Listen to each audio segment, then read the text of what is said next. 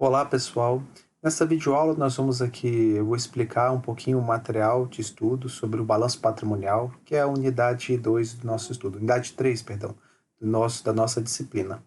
Lembrando aí que as unidades anteriores, né, a primeira sobre introdução à contabilidade, a segunda sobre os princípios contábeis, nós vamos acabar usando algumas definições dos capítulos anteriores neste novo capítulo aqui, nessa nova unidade. Então, a princípio, nós vamos definir aqui o que seria o balanço patrimonial. Pessoal, balanço patrimonial, patrimônio. Na unidade 1, nós vimos que o patrimônio é o conjunto de bens, direitos e obrigações. E o balanço patrimonial vai ter a ver, o patrimônio patrimonial tem a ver com esses três itens aí, bens, direitos e obrigações, beleza? Contabilmente, o balanço patrimonial nada mais é do que uma demonstração, tá? Demonstração do quê? Demonstração do patrimônio da entidade. Então, no balanço patrimonial vão ser demonstrados a situação dos bens, direitos e obrigações da empresa, da entidade, da organização, ok? E aí, esse balanço patrimonial ele é composto por três grandes grupos: o grupo do ativo, do passivo e do patrimônio líquido. O grupo do ativo, gente, vão ser registrados os bens e os direitos da empresa. O grupo do passivo vão ser registradas as obrigações da entidade, tá? Da empresa. Ou seja, nesses dois primeiros grupos já são registrados todos os itens patrimoniais que nós vimos para compor o patrimônio da empresa. Então, bens e direitos, se você identificar um bem ou um direito, você vai ter que registrar no grupo do ativo, em algumas contas do ativo. Se você identificar que a empresa tem uma obrigação, identificou uma obrigação, essa obrigação vai ser registrada no passivo, beleza? E no patrimônio líquido? O patrimônio líquido é a diferença entre o ativo e o passivo, beleza? O que quer dizer isso? Exemplificando, você comprou um veículo no valor de 100 mil reais, mas você ficou devendo 70 mil reais referente a essa aquisição do veículo. Logo, qual é o seu patrimônio líquido? Seu patrimônio líquido é o ativo, 100 mil reais, menos a sua obrigação, a sua dívida de 70. Então, o seu patrimônio líquido nessa situação seria de 30 mil reais. Perfeito? E dentro do grupo patrimônio líquido, nós temos uma continha chamada capital social. O que seria essa conta capital social? Capital social é o valor investido pelos sócios da empresa, o que os sócios investiram no negócio. Então, assim, quando você vai compor uma empresa, quando o sócio define, vamos abrir uma empresa, uma organização, eles também vão se comprometer a colocar capital inicial neste negócio, né? E aí chama-se de capital social. E esse capital social pode se dar dois nomes: capital integralizado ou capital subscrito. Qual é a diferença deles? O capital subscrito é aquele que o sócio se compromete a investir na empresa. Aonde é que ele se compromete a fazer esse ato? Quando a empresa vai ser aberta, eles fazem um contrato social que vai ser registrado na junta comercial para a abertura do negócio. E nesse contrato social tem vários termos ali, obrigações, direitos, quem vai administrar a empresa, e ele também tem um capital que os sócios vão investir no negócio, cada sócio. Então eles podem subscrever ali. Eles escrevem, por exemplo, que eles vão investir R$ 1 milhão no negócio. E o capital integralizado? O capital integralizado é o capital que eles realmente, efetivamente, já colocaram dentro do negócio. Por exemplo, se eles subscreveram 1 milhão, mas até tal dia, até tal período, eles só integralizaram 600 mil, ou seja, só colocaram 600 mil. Ainda fica 400 mil como capital a integralizar, tudo bem? Que é outro termo, a integralizar, porque é um capital subscrito, mas ainda não foi efetivado, não foi integralizado. Beleza? Então essa é a continha, porque a gente vai usar muito, já estou explicando essa conta capital social. É o registro de quantos sócios colocaram dentro do negócio, ou se comprometeram a colocar. Ainda aqui, no ativo, gente, são os bens e os direitos. Nós chamamos que no ativo tem as contas de aplicação de recurso. E no passivo são as contas de origem ou fonte de recurso, tá bom? Depois, mais para frente, eu vou explicar isso melhor para vocês compreenderem. Então vamos lá para o próximo capítulo, né, da nossa apostila. No próximo capítulo aí nós vamos ver um pouquinho a classificação dos recursos, tá bem? Então toda empresa, gente, ela precisa de recurso para começar a funcionar, para abrir, para sua abertura, para comprar a sua estrutura operacional, comprar estoque, pagar fornecedores, pagar salários dos colaboradores, enfim.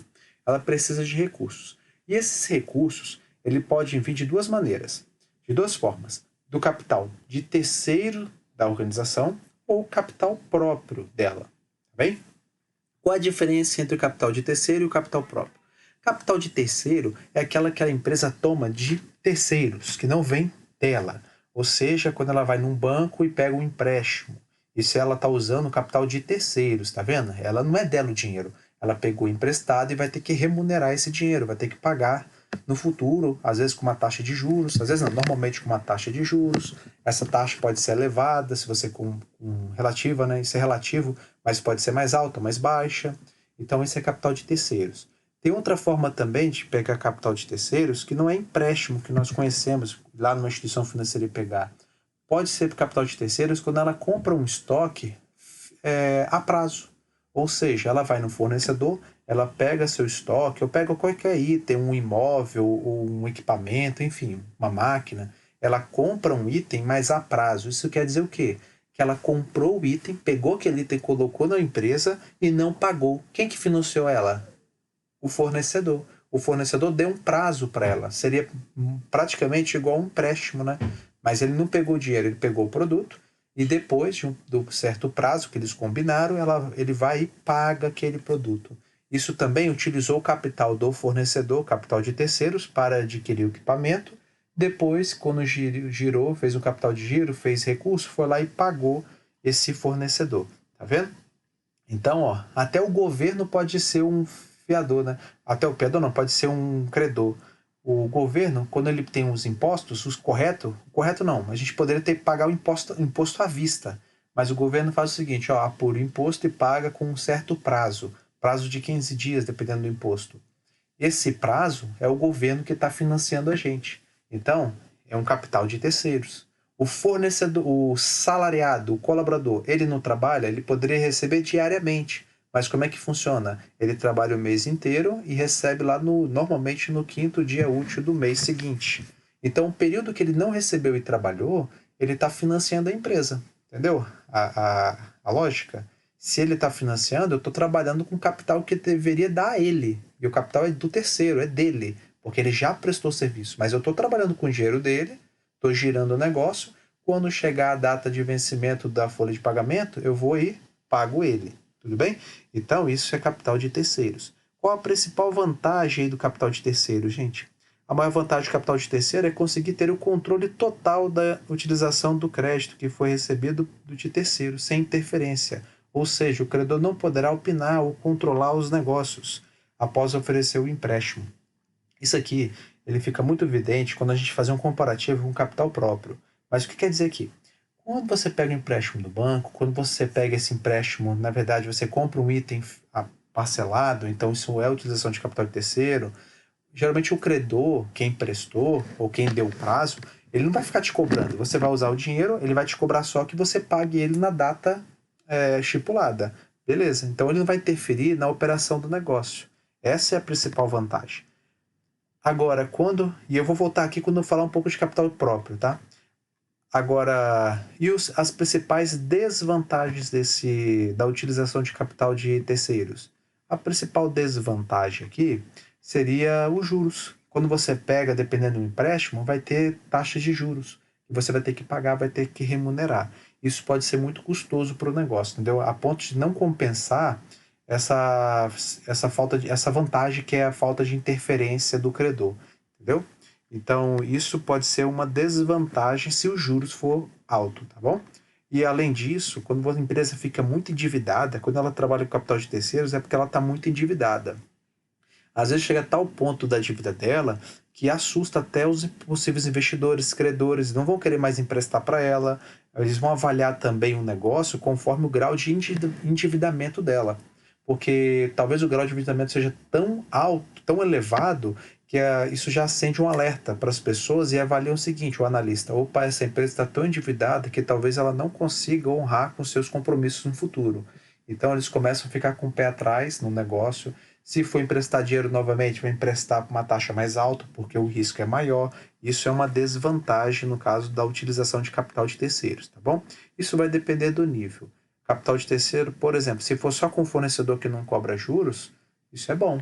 Não tem juros, porém, se for numa taxa muito elevada, isso pode já gerar um descrédito para a empresa, porque começa a olhar o grau de endividamento dela. Mesmo sem juros, talvez o grau é tão grande que de endividamento, o volume, né, da dívida, que os credores já começam a olhar e avaliar se é viável emprestar, se é seguro emprestar esse capital para ela.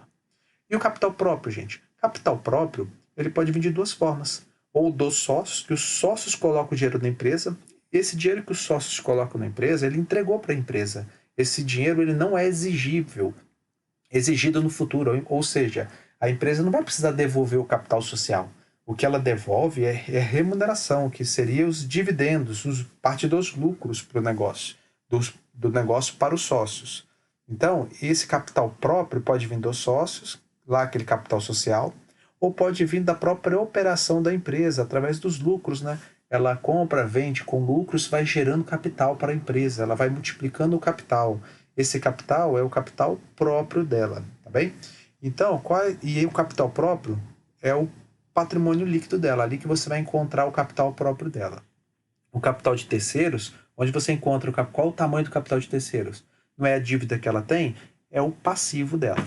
E a principal vantagem do capital de terceiros? A principal vantagem do capital de terceiros é porque ela não vai ter que pagar taxas de juros sobre esse capital. Entendeu? Não vai ter juros porque não pegou esse financiamento. Agora, aí tem outras vantagens, mas e a desvantagem? A desvantagem é a seguinte: quando a empresa, por exemplo, se o capital de terceiros for dos sócios, neste caso aqui, os sócios colocaram o dinheiro da empresa, um investidor foi lá, comprou ações da empresa, ou seja, colocou dinheiro na empresa. Esses investidores vão ficar cobrando a empresa. E aí vai acabar interferindo na administração da empresa. Tá vendo? Essa é a diferença lá do capital próprio, do capital de terceiro. O capital de terceiro não tem investidor. Ele não é remunerado conforme o desempenho do negócio. Então, ele simplesmente entrega o dinheiro, o capital de terceiro, o fornecedor, e só quer o dinheiro de volta, conforme o contrato. Aqui não. Os sócios colocam dinheiro e ele vai ser remunerado conforme o desempenho do negócio. Então, ele fica cobrando. Então, isso vai gerar uma interferência na produção.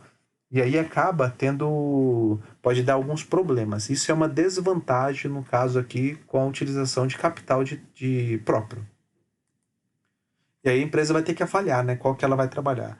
Isso, ela avalia, tá? Tem um método que ela avalia um ponto ideal de utilização de capital próprio e de capital de terceiros. Às vezes fala, então é bom só usar o capital próprio? Não. Também é bom usar capital de terceiro. Isso vai ter que ser avaliado negócio para negócio, tá bom? O próximo capítulo aqui, nós vamos trabalhar um pouquinho sobre a estrutura do balanço patrimonial. Então, nós vimos que o balanço patrimonial, ele controla o patrimônio da empresa, tá? Ele evidencia o patrimônio da empresa. E aí, através de grupos patrimoniais. E quais grupos são esses? Nós temos o grupo do ativo e o grupo do passivo. A estrutura é basicamente essa daqui, ó. O balanço patrimonial, ele é constituído pelo ativo e pelo passivo. Dentro do ativo, isso é um grupo. Dentro do ativo, nós temos dois subgrupos, que é o grupo do ativo circulante e do ativo não circulante. E dentro do passivo, nós temos o grupo do passivo circulante, passivo não circulante e temos depois o patrimônio líquido da empresa. Então, são os três grandes grupos. Se você pega a legislação, quando chama de passivo é passivo mais PL, tá? Que é o patrimônio líquido. Só que qual a diferença? O passivo aqui, passivo circulante e não circulante, ele é exigido no futuro, ou seja, a empresa vai ter que pagar no futuro. O passivo patrimônio líquido, ou seja, o patrimônio líquido, ele não é um passivo exigido, ou seja, os sócios não vão exigir, a empresa não vai ter que devolver o capital, é só remuneração. Então aqui fica o capital próprio do negócio, tá bom? No patrimônio líquido. E no passivo circulante e não circulante fica o capital de terceiros. Eu vou explicar o que é circulante e não circulante para vocês. E aí vocês vão compreender melhor aí, para ficar mais claro. Só recapitulando, no ativo ficam os bens e os direitos, no passivo ficam as obrigações. E o que é capital circulante e não... Capital não, o ativo circulante e não circulante. O ativo circulante, assim também como o passivo circulante, tem a ver com prazo. O que é de curto prazo é circulante, o que é de longo prazo é não circulante. E qual a definição de curto e longo prazo? Para facilitar aqui, nós vamos trabalhar com 12 meses, tá? Um ano. A legislação nos fala que após o exercício subsequente. Essa definição fica um pouquinho complicada na hora que você vai trabalhar, mas é muito fácil também essa definição, mas entendendo dessa forma, vocês vão conseguir depois fazer da forma que a legislação nos fala. Então, vamos trabalhar para definir aqui o prazo de 12 meses. Então, é o seguinte, no ativo circulante, você tem um direito aqui no ativo, tá? Um direito é um contas a receber. Se esse contas a receber tem um vencimento inferior a 12 meses, ou seja, o prazo de vencimento que você vai receber esse dinheiro é inferior a um ano, você vai classificar esse direito como ativo circulante. Agora, se esse direito for num prazo superior a um ano, ou seja, superior a 12 meses, você não pode classificar ele como um ativo circulante. Ele é ativo porque ainda é um direito, porém você vai ter que classificar no grupo não circulante. E aí, classificando no grupo não circulante, você tem 4 subgrupos aqui. Você vai ter que classificar esse item em um desses 4 grupos, que nós vamos explicar aqui. É o realizável a longo prazo, o investimento, imobilizado e intangível. Neste caso aqui, nós vamos classificá-lo no realizável a longo prazo, ou seja, realizável é que você vai receber ele a longo prazo, tá bom? Depois eu vou explicar detalhadamente aqui tem a explicação de cada grupo e depois eu explico. Mas neste exemplo você classifica no realizável a longo prazo porque é um recebimento a longo prazo.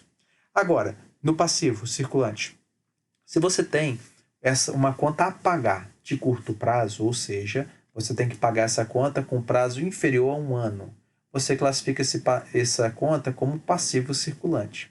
E se esse prazo for maior de um ano, ou seja, você tem um prazo de vencimento de 1 ano e meio, no caso 12 meses vai dar 18 meses. Então, essa conta vai ser cadastrada no passivo não circulante. E dentro do passivo circulante, não tem mais subgrupos não, igual no ativo circulante. É só você classificar lá no passivo não circulante, tá bom? Então, você, por exemplo, tem um financiamento a pagar. E nesse financiamento, você tem um prazo aí de 36 meses para pagar. Ou seja, 12 parcelas desse financiamento é a curto prazo. Você vai colocar aqui no passivo circulante. As outras 24, as 24 últimas parcelas, como é superior a um ano, você vai ter que colocar no passivo não circulante. Tá bom? E aí, vamos definir aqui o que seria realizável a longo prazo. São classificados neste grupo as contas de bens e direitos da empresa cujas realizações se darão no longo prazo. Por exemplo, contas a receber a longo prazo, conforme o exemplo que eu dei. Empréstimos a longo prazo, a empresa emprestou dinheiro e vai receber isso a longo prazo. Um estoque de produto para venda. Se fosse um estoque de produto comum, você classificaria no ativo circulante. Por quê? Porque a intenção, você comprou o estoque na intenção de vender ele. Vender o mais rápido possível, não é ficar com ele. Então, você vai realizar ele o mais rápido possível. Então, você vai classificar como ativo circulante. Agora, você comprou um estoque que você, antes de vender, por exemplo, um vinho. Você comprou o vinho agora e vai esperar o lote desse vinho amadurecer, entendeu? E aí você vai esperar 2 anos para vender. Você não vai vender agora. Então, você tem um estoque de mercadoria. Ele não é circulante porque você vai aguardar mais de um ano para vender. Você não tem intenção de vender ele agora. Então, ele vai ficar registrado nessa conta realizável a longo prazo. Tá bem? No ativo circulante, gente, é tudo que circula na empresa, não que anda na empresa. É que entra e sai da empresa em menos de um ano. Tá bom? Então, clientes a receber de curto prazo, estoque de mercadoria, quando é já para venda imediata, material de limpeza. Ninguém fica estocando material de limpeza. Você compra material de limpeza para utilizar nos próximos dias ou meses no máximo. Então, não é nos próximos anos, né? Então, esse material de limpeza seria um ativo circulante. É um ativo que é um bem, é circulante porque ele vai ser consumido em breve, né? Então, aí se enquadraria nesse ativo circulante, tá bem? Aqui no patrimônio líquido, você tem reservas de lucro, prejuízo acumulado aqui, são contas, são grupos de contas aqui também. O capital, tem reservas de capital, que eu coloquei aqui, tá? Só para vocês olharem que existe essa conta, mas isso nós vamos explicar no futuro. A próxima conta, então, investimentos. O que seria investimentos dentro do ativo não circulante? Investimentos são basicamente aplicações financeiras de caráter permanente, com o objetivo de gerar rendimentos para a empresa, de forma que esses bens e direitos não sejam destinados à manutenção das atividades normais da companhia. O que quer dizer isso? Se você faz uma aplicação financeira no banco e você tem um resgate a longo prazo, isso não seria um investimento, porque você vai resgatar o dinheiro inteiro, seria realizável a longo prazo, tá bom? Quando ele fala de caráter permanente, essa aplicação financeira não é aplicação no banco, é aplicação de dinheiro, tá? Aplicação financeira, aplicação de recurso em caráter permanente. Exemplo, você é uma empresa de calçados. Aí ela viu uma oportunidade de negócio e comprou um imóvel para valorização, Aí esse imóvel poderia ser enquadrado em investimento. Esse terreno, por exemplo. Comprou um terreno na intenção de esperar para ter ganhos futuros com a valorização. Seria um investimento, entendeu? Outra coisa, uma obra de arte. A empresa foi lá e comprou uma obra de arte não para decorar a empresa, ou seja, para usar lá no seu ambiente, mas na verdade ela comprou no intuito de esperar o tempo e a valorização desse tempo. Então isso seria um investimento. Outra forma de investimento, quando ela vai e investe em outras empresas, que o nome da conta pode ser participações em outras sociedades, investimentos em coligadas, participações em coligadas, que é o nome. Então, isso é quando a empresa investe em outra empresa. Isso seria investimento. Tudo bem? Investimento em ouro. Eu comprei o ouro para a sua valorização. Então, você comprou um bem permanente, vai ficar parado, isso vai se valorizando. Isso você vai ter um rendimento. A definição de investimento é um item que você compra e ele se valoriza. No futuro, você tem a intenção de ganhar rendimentos devido à sua valorização, entendeu? Isso é um investimento. Imobilizado. Imobilizados são classificados aqui os bens, no caso, de natureza permanente. Aqui de direitos, mas não se enquadra, aqui está até um equívoco, mas são os bens de natureza permanente que serão utilizados para a manutenção das atividades normais da empresa. Tá bem? Depois eu acerto. Então, imobilizados são os bens que serão utilizados de forma permanente, tá? Ou seja, a empresa comprou uma máquina para usar na sua operação. É um bem, mas não tem intenção de vender a máquina. A intenção é utilizar a máquina para o seu processo produtivo. Isso é um imobilizado. Comprou um veículo para poder usar na empresa, não tem intenção de vender a curto prazo. Então é um imobilizado. Agora, comprou um veículo, a empresa negocia veículos, ela compra um veículo para vender o veículo. Não seria imobilizado, seria estoque de mercadorias para venda. Aí seria lá no ativo circulante, tá? Toma cuidado. Então, assim, mas imóveis, móveis, equipamentos, máquinas, terreno, se for para a utilização dela, tudo isso seria imobilizado. E no intangível? No intangível vai entrar, e aí nós vimos lá os bens intangíveis, aqui entra no grupo intangível, as marcas, patentes, tudo vão entrar aqui nesse softwares que é dela, né? Isso vai entrar aqui no grupo intangível, porque é um bem, só que não tem corpo, não tem forma física. Então entra como intangível, tá bem? Eu vou encerrar aqui esse vídeo no terceiro capítulo dessa unidade, e para poder não ficar tão grande esse vídeo, já volto já com a conclusão aqui dessa unidade, tá bom?